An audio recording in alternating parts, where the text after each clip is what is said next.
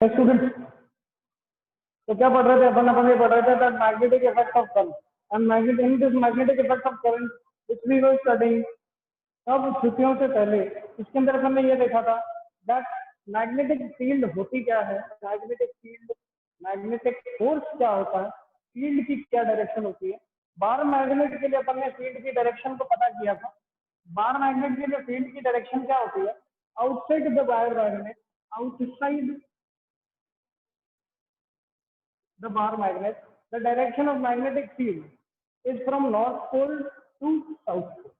तो आपको दिख रहा है outside the bar magnet, the direction of magnetic field is from north pole to south. But inside the bar magnet, the direction is opposite, which is south to north. Which is south to north. तो अपन यहाँ पर क्या लिखेंगे? Outside the direction is north to south. And inside is south to north. So this is the direction for bar magnet, जो कि अपन ने सबसे पहले इस चैप्टर के अंदर स्टडी की। मैग्नेटिक फील्ड एक ऐसा रीजन होता है जहां पर अगर मैं किसी दूसरे मैग्नेट को प्रेस करूं तो इससे कौन सा फोर्स लगे, मैग्नेटिक फोर्स। उस रीजन को अपन क्या बोलते हैं, मैग्नेटिक फील्ड बोलते हैं, मैग्नेटिक रीजन बोलते हैं। चलिए देखिए, तो this was the first topic which we had discovered.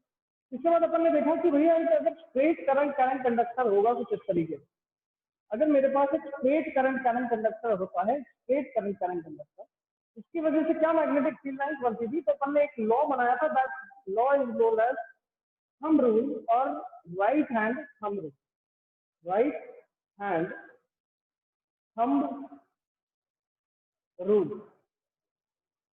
ठीक है, इसी रूल को अपन मैक्सवेल कॉर्कस्क्रू रूल भी बोलते हैं। इस रूल के हिसाब से हमें वायर को ग्रैब करना है, इस तरीके से करना है कि हमारा जो थंब है वो किसकी डायरेक्शन को दिखाए, करंट की डायरेक्शन को दिखाए, and the curl of fingers will show the direction of magnetic field. ठीक है, यहाँ पर अपन ने करंट की डायरेक्शन को अगर देखा तो वो कहाँ आ रही है, अपवर्ड जा रही है, ऊपर जा रही है। और यहाँ पे कर्ल ऑफ फिंगर्स को देखेंगे तो कर्ल ऑफ फिंगर्स कैसा बनता है, कुछ इस तरीके से एंटी क्लॉकवाइज बनता है, कुछ इस तरीके से एंटी क्लॉकवाइज बनता है।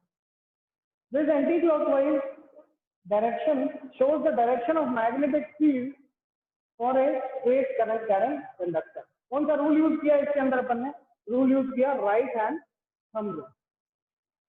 ठीक है, सबसे पहले ऐसे कौन से साइंटिस्ट थे जिन्होंने ये बताया था कि मैग्नेटिक फील्ड करंट कंडक्टर से डेवलप होती है।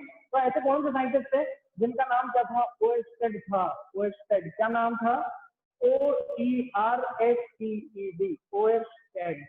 Oersted was the scientist who developed or who discovered that भैया अगर करंट फ्लो कर रहा है तो वहां पर कौन होगा, मैग्नेटिक फील्ड भी डेवलप हो रहा होगा। This was the observation done by Oersted. Now एक एक्सपेरिमेंट अपन ने पढ़ा था, जिस एक्सपेरिमेंट में अपन ने देखा था डायरेक्शंस कैसे निकालते हैं बार मैग्नेट की। तो आयरन फिलिंग्स वाला एक्सपेरिमेंट किया था। आयरन फिलिंग्स वाला एक्सपेरिमेंट में अपन ने क्या किया, एक कार्डबोर्ड लिया, उस कार्डबोर्ड के सेंटर पे अपन ने बार मैग्नेट को प्लेस किया और चारों तरफ आयरन फिलिंग्स को डाल दिया। आयरन फिलिंग्स को डालने के बाद जैसे अपन थोड़ा सा शेक करते हैं, थोड़ा सा किसको शेक करेंगे, टेबल को शेक करेंगे, जिस टेबल पे अपन ने बार मैग्नेट को रखा है, तो आयरन फिलिंग्स अपने आप को कुछ ऐसे क्लोज्ड लूप्स के अंदर अरेंज कर लेते हैं। एंड इन्हीं क्लोज लूप्स को अपन क्या बोलते हैं, मैग्नेटिक फील्ड लाइंस बोलते हैं। क्या बोलते हैं, मैग्नेटिक फील्ड लाइंस। तो मैग्नेटिक फील्ड लाइंस किसके बारे में बताता है हमें, मैग्नेटिक फील्ड के बारे में बताता है। इसके बारे में बताता है, मैग्नेटिक फील्ड के बारे में। तो magnetic field lines shows about the magnetic field generated by bar magnet और it is also shows about the magnetic field which is generated by straight current conductor। Clear, ये चीजें अपन पढ़ चुके हैं। फिर अपन ने देखा था कि करंट कैरिंग लूप की वजह से कैसे मैग्नेटिक फील्ड डेवलप होता है, उसका भी अपन एक बार डायग्राम देखते हैं। करंट कैरिंग लूप की वजह से कैसा मैग्नेटिक फील्ड होता है, तो किस तरीके से।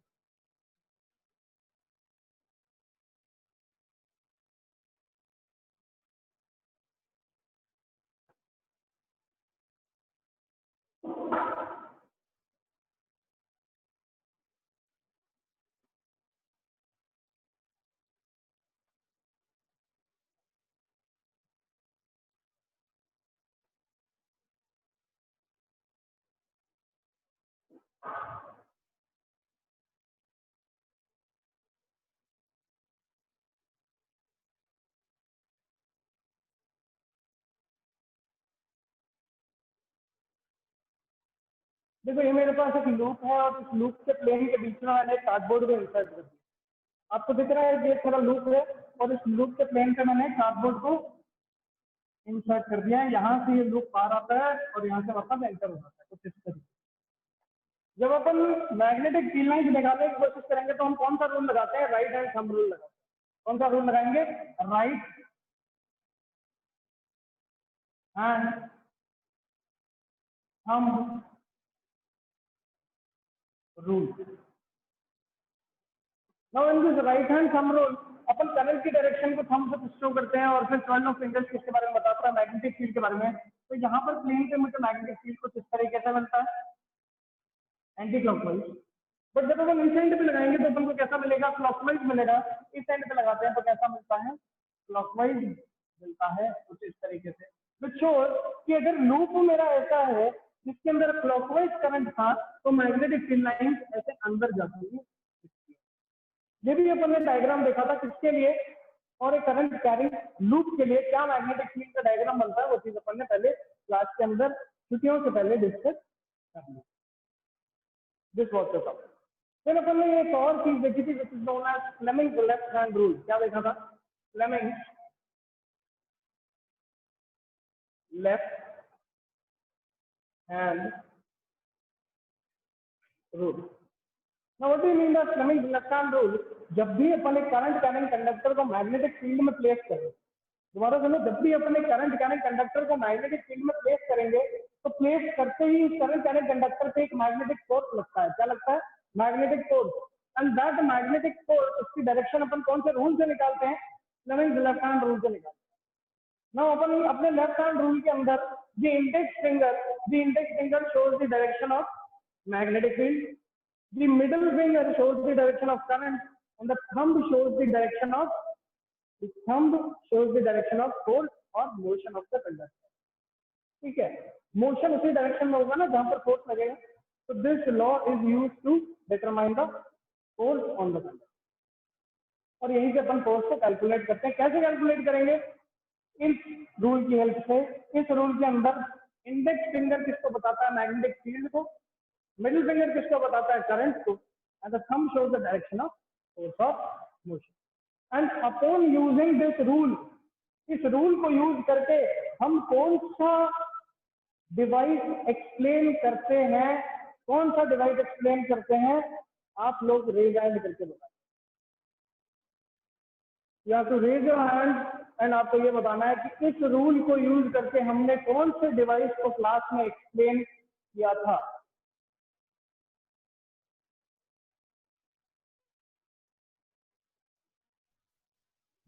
Good morning, sir. Good morning, Apeksha. Sir, we have discussed about electric motor. We have discussed about electric motor. बहुत बढ़िया। तो हमने कौन सा फ्लेमिंग लेफ्ट हैंड रूल लगाया? And with the help of this left hand rule we have discussed और described the electric motor और the working of electric motor. Electric motor काम कैसे करती है? अब एक क्वेश्चन एग्जाम में मैंने आपसे पूछा था कि इलेक्ट्रिक मोटर में अपन ने वायर्स को बैटरी से किसके थ्रू कनेक्ट कर रखा होता है। तो हमने वहां पर क्या लिखा था? ऑप्शन में आपको ब्रशेस भी आंसर था, ऑप्शन में आपकी स्प्लिट रेंज भी आंसर था। ठीक है, तो अब अपन एक बार इसकी डायग्राम को दोबारा देखते हैं, इसकी वर्किंग को दोबारा देखते हैं और दोबारा देखने के बाद ये चेक करते हैं कि किससे कनेक्ट किया होता है, स्प्लिट रेंज से कि ब्रशेस से। ठीक है, चलिए।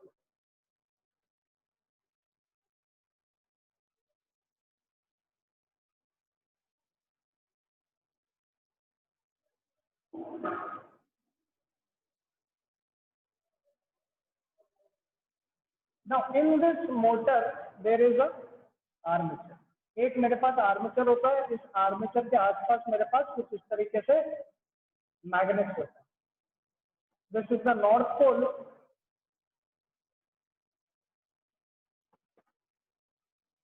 And this is the south pole. ठीक है, अब ऑब्वियसली मैग्नेट का सिर्फ नॉर्थ और साउथ एग्जिस्ट नहीं करता, ऑब्वियसली इसके पीछे साउथ होगा और उसके पीछे नॉर्थ होगा, उसको बनाने की जरूरत नहीं है। हमने इस आर्मेचर को एक सेंटर पॉइंट से क्या कर रखा है? पिवट कर रखा है। क्या कर रखा है? पिवट कर रखा है। पिवट मतलब मैंने इस आर्मेचर का वर्टिकल मोशन और हॉरिजॉन्टल मोशन को रिस्ट्रिक्ट कर दिया, रोक दिया। अब ये सिर्फ और सिर्फ क्या कर सकता है, रोटेट कर सकता है। क्या कर सकता है, रोटेट कर सकता है। तो सिर्फ और सिर्फ ये क्या करेगा, रोटेट करेगा। इसी को अपन क्या बोलते हैं, पिवटिंग बोलते हैं। पिवटिंग के अंदर अपन ने रोटेशन तो अलाउड कर दिया होता है, but horizontal and vertical motion को रेस्ट्रिक्ट कर देते हैं, रोक देते हैं। इसके अंदर कुछ इस तरीके से चल रहा। अब इसके बाद अपन ने क्या किया, यहाँ पर एक स्प्लिट रिंग कम्यूटेटर लगाया। क्या लगाया, स्प्लिट रिंग कम्यूटेटर। ना यहाँ पर स्प्लिट रिंग कम्यूटेटर का क्या यूज रहता है उसके बारे में बात करें। देखिए नाम से पता चल रहा है स्प्लिट रिंग। स्प्लिट मतलब हाफ में, दो हाफ्स में डिवाइड कर रखा है। कम्यूटेटर मतलब एक ऐसा डिवाइस जो कि करंट की डायरेक्शन को बदल दे, जो कि करंट की डायरेक्शन को बदल दे। कैसे बदलता है, ध्यान से देखिए। Initially the current is like this. जब ये ए बी पोर्शन और सी डी पोर्शन, देखो एक कंप्लीट रेवोल्यूशन करेगा तो ए बी पोर्शन उधर चला जाएगा और सी डी पोर्शन इधर आ जाएगा। ठीक है, कैसे, हाफ साइकिल के बाद, हाफ साइकिल के बाद ए बी पोर्शन उधर चला गया और सी डी यहाँ आ गया। ए बी में अभी करंट कैसा है, ऊपर है। जब ए बी उधर चला जाता है तो ये दूसरे रिंग के कांटेक्ट में आ जाता है। किसके कांटेक्ट में आ जाता है, सेकंड रिंग के कांटेक्ट में आ जाता है। And the direction of current in A B get reverse. इसीलिए मैंने यहाँ पर स्प्लिट रिंग, आगे क्या लिखा, कम्यूटेटर लिखा। क्या लिखा, commutator. Now split ring commutator is a device which reverses or which changes the direction of current in the circuit. Which changes the direction of current in the circuit. तो आपसे कोई पूछे कि इलेक्ट्रिक करंट के अंदर, तो sorry electric motor के अंदर डायरेक्शन ऑफ करंट कौन बदलता है, तो स्प्लिट रिंग बदलता है। कौन बदलता है, स्प्लिट रिंग। आई होप यहाँ तक सबको समझ में आया हो। अब मुझे एक चीज पता चल चुकी है कि this is the north pole and this is the south pole. तो यहाँ पर डायरेक्शन ऑफ मैग्नेटिक फील्ड कुछ इस तरीके से रहेगा। कैसे रहेगा, कुछ इस तरीके से, टुवर्ड्स द राइट रहेगा, ऐसे रहेगा। This is the direction of magnetic field. The direction of current is in this direction. तो मुझे बताओ force on A B inside the plane लगेगा कि आउटसाइड द प्लेन लगेगा, कौन बता सकता है, रेज ऑन करके बताएंगे। If the direction of current is this and the direction of magnetic field is this, आपको बताना है force on A B inside the plane होगा कि आउटसाइड द प्लेन होगा। I want answer. अनुज ने आंसर बता दिया है, वरुण ने भी निकाल लिया है, कपिल ने भी निकाल लिया है। और चाहिए मुझे, और हाथ चाहिए, फटाफट ये हाथ मुझे दे दे जल्दी, सारे आंसर चाहिए मुझे। फर्स्ट मोनिश।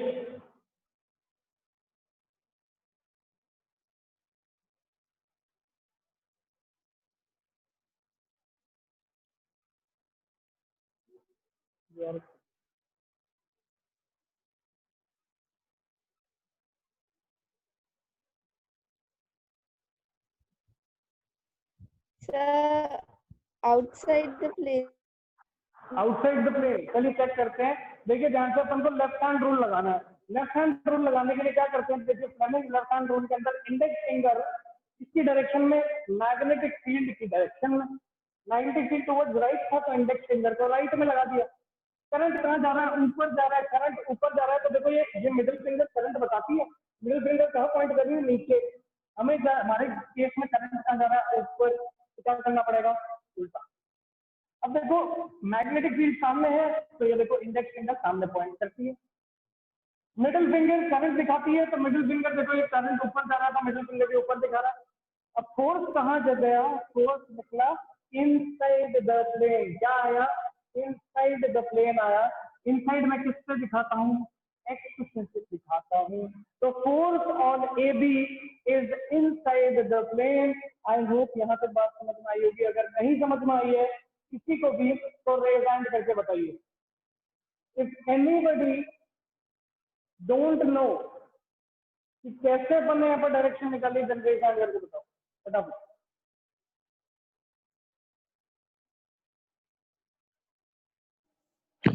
सर एक बार वापस करना।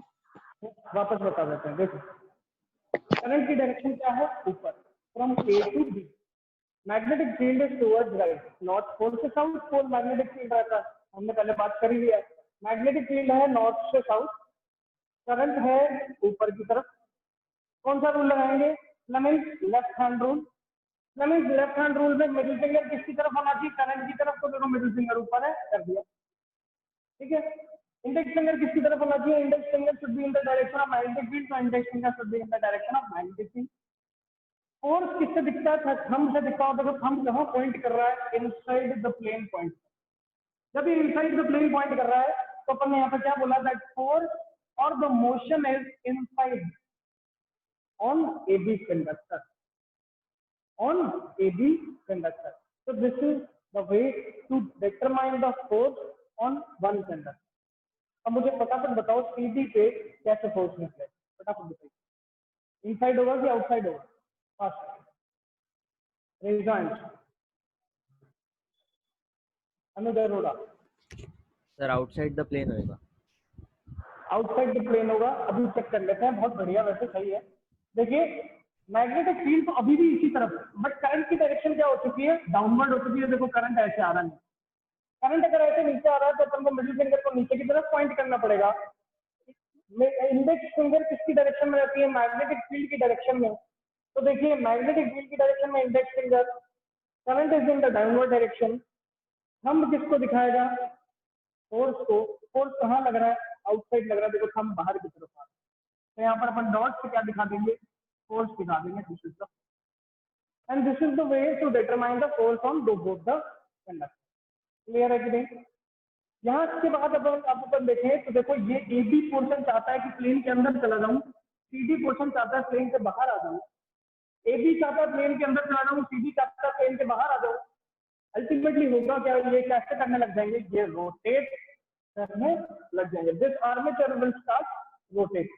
जैसे ये आर्मेचर अपना हाफ सर्कल कंप्लीट करेगा, अपना हाफ साइकिल कंप्लीट करेगा, सीडी पोर्शन किसके कांटेक्ट में आ जाएगा, ये दूसरे स्प्लिट रिंग के कांटेक्ट में आ जाएगा।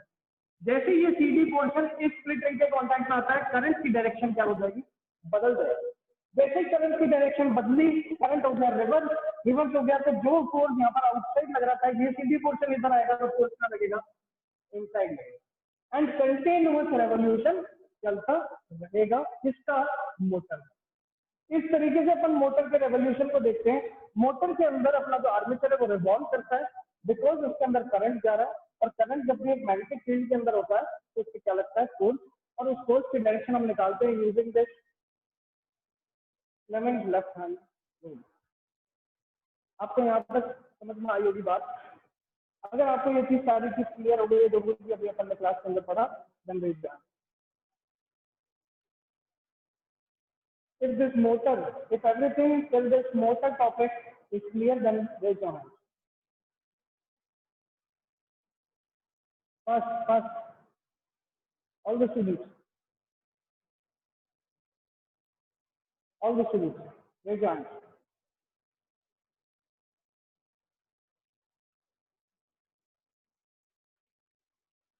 सभी के हाथ ये है, जल्दी। मोटर के अंदर अपन ने वर्किंग देखी, अपन ने ये देखा कौन सा लॉ लगाते थे, कौन से लॉ लगाने के बाद अपन ने ये देखा कैसे डायरेक्शन निकालेंगे, और इसी टाइप का क्वेश्चन आपसे एग्जाम में पूछा जाता है। एग्जाम में पूछेंगे what is the role of split ring, तो आपका आंसर क्या होगा, the role of split ring in this electric motor is to change the direction of current when the armature rotates. जब जैसे ये आर्मेचर रोटेट करके दूसरे स्प्लिट रिंग को कांटेक्ट में आएगा, करंट की डायरेक्शन क्या हो जाती है, रिवर्स हो जाती है, and this device is known as commutator. समझ में आई बात, ठीक है। तो this is the role of split ring. इसके बाद अपन से पूछते हैं what do you mean by pivot या पिवटिंग क्या होता है। तो पिवटिंग के अंदर अपन ने हॉरिजॉन्टल एंड वर्टिकल मोशन को रिस्ट्रिक्ट कर दिया होता है। ये आर्मेचर सिर्फ क्या करने को अलाउड है, रोटेट करने को अलाउड। ये सिर्फ और सिर्फ यहाँ क्या कर सकता है, रोटेट कर सकता है। अरे बात समझ, चलिए। इसके बाद अपन ने क्या देखा, इसके बाद अपन ने देखा कि Fleming's left hand rule is used to determine the motion of the conductor और फोर्स ऑन द कंडक्टर। यहां तक अपना टॉपिक खत्म होता है मोटर तक का, इसका मोटर तक। Now the next topic which we have to study, the next topic which we have to study in this chapter is electromagnetic induction. क्या पढ़ना है हमें? इलेक्ट्रोमैग्नेटिक इंडक्शन पढ़ना है। ना क्या होता है इलेक्ट्रोमैग्नेटिक इंडक्शन? इससे पहले अपन एक एक्सपेरिमेंट देखते हैं और एक्सपेरिमेंट के अपन को काफी हद तक कुछ चीजें समझ में आएंगी, ध्यान से।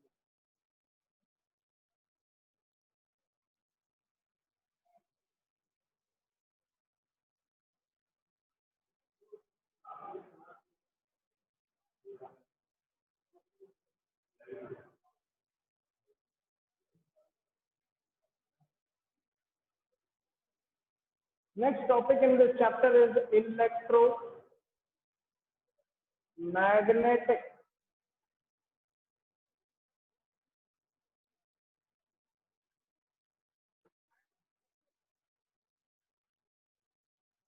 induction.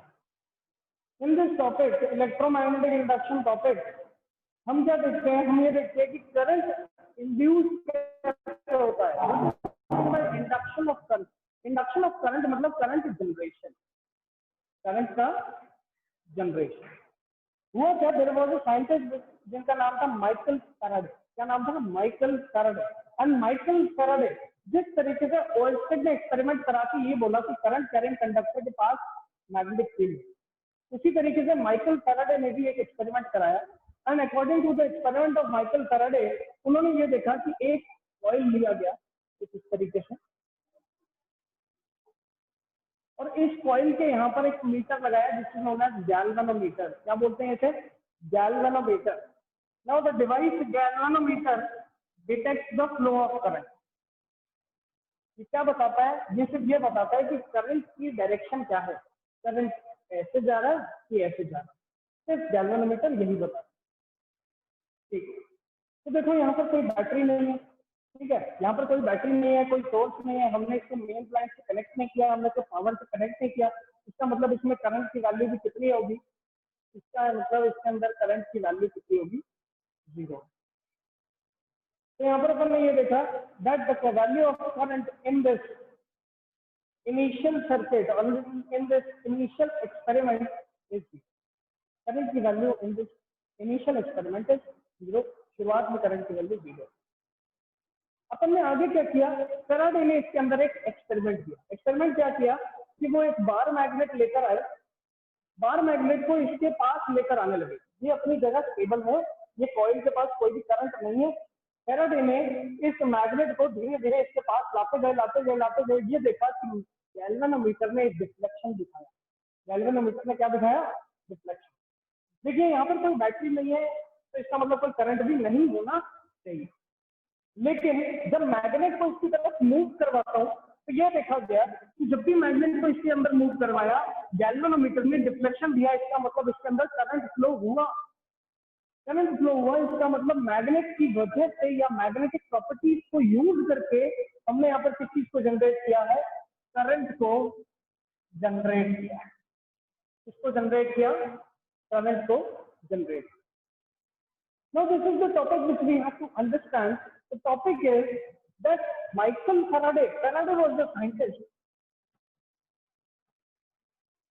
ठीक है, Faraday was the scientist who conducted this experiment. और उनके हिसाब से देखो इसके अंदर कोई करंट नहीं होना चाहिए था, लेकिन जब मैग्नेट को इसके पास लेकर आए, जब मैग्नेट को कॉइल के पास लेकर आए, कहाँ से? दूर से, तो ये देखा कि गैल्वेनोमीटर ने एक डिफ्लेक्शन दिया। जैसे ही मैग्नेट को दूर लेने जाने लगता हूँ, वापस लेके जाने लगता हूँ, तो ये देखा गया कि मैग्नेट के अंदर डिफ्लेक्शन, गैल्वेनोमीटर के अंदर डिफ्लेक्शन उल्टा हो गया। ऐसा क्यों? ऐसा इसलिए बिकॉज एक साइड जब लाते थे तो लेट अस सपोज करंट की डायरेक्शन आती थी क्लॉकवाइज। जब मैग्नेट को वापस ले जाने लगे तो ये देखा गया कि करंट की डायरेक्शन क्या हो गई? ऑपोजिट हो गई। तो अगर अपन से कोई पूछे what is the experiment which was conducted by Faraday, Faraday की वजह से कौन सा एक्सपेरिमेंट कंडक्ट किया गया, तो अपन ये बोलेंगे कि फैराडे ने एक कॉइल ली, उस कॉइल से गैल्वेनोमीटर को जोड़ा।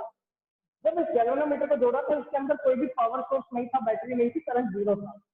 लेकिन जब अपन मैग्नेट को इसके पास लेकर आने लगे तो ये देखा कि यहाँ पर एक क्या आया? डिफ्लेक्शन आया। दैट मीन्स कुछ ना कुछ करंट बना और करंट जनरेट हुई। जब हम मैग्नेट को दूर लेके जाने लगे तो ये देखा गया कि करंट की डायरेक्शन भी क्या हो जाती है, ऑपोजिट हो जाती है, रिवर्स हो जाती है। मतलब यहाँ पर अपन ने इलेक्ट्रिक करंट को जनरेट किया with the help of magnetic properties and this phenomena is known as electromagnetic induction. इसी को अपन क्या बोलते हैं, electromagnetic induction. This Michael Faraday, Michael Faraday. बच्चों यहाँ तक अगर कोई भी डाउट है तो एक बार रेज हैंड करके बताएंगे फटाफट। First, any problem? If you are having any problem, then raise hand. Kapil Dahel. हाँ बेटा कपिल बोलो। Good morning sir. Good morning Kapil. Sir मेरा ये डाउट है कि जब हम मैग्नेट को उसके पास लेके आए तो उसने गैल्वेनोमीटर ने डिफ्लेक्शन शो की, है ना। फिर जब अपन दूर, देखिए ध्यान से देखिए, जब अपन गैल्वेनोमीटर के जब अपन इस कॉइल के पास मैग्नेट को लेकर आते हैं, tomorrow we will study about one more thing which is known as magnetic flux. आज की क्लास में अपन ये नहीं पढ़ पाएंगे क्योंकि टाइम नहीं है, ठीक है। पढ़ाने लगूंगा तो बीच में क्लास ओवर हो जाएगी। कल की क्लास में अपन एक चीज पढ़ेंगे which is known as magnetic flux, ठीक है। और इस मैग्नेटिक फ्लक्स से एक लॉ बना, law of electromagnetic induction, law of electromagnetic induction.